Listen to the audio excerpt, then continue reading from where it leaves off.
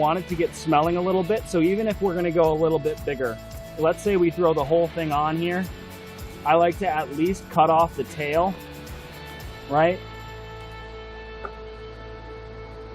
And let's just use this 1/0 octopus hook. You can go right here through the eyes, and this is gonna hold. It's got a good clearing, right? And you wanna cut that tail because you want the blood and the gunk and the smell to be coming out of it, right? Super easy.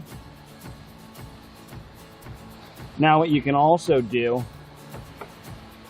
and let's use the J hook for this, is you can get multiple pieces on here and really bunch it up.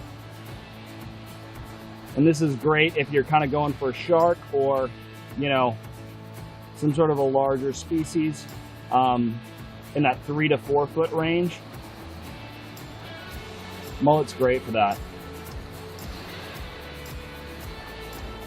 You can just get it all on the hook. I'd even kind of cut this down a little bit, right?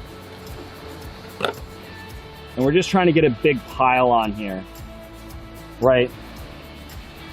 Just like that. That's a great big ball of bait.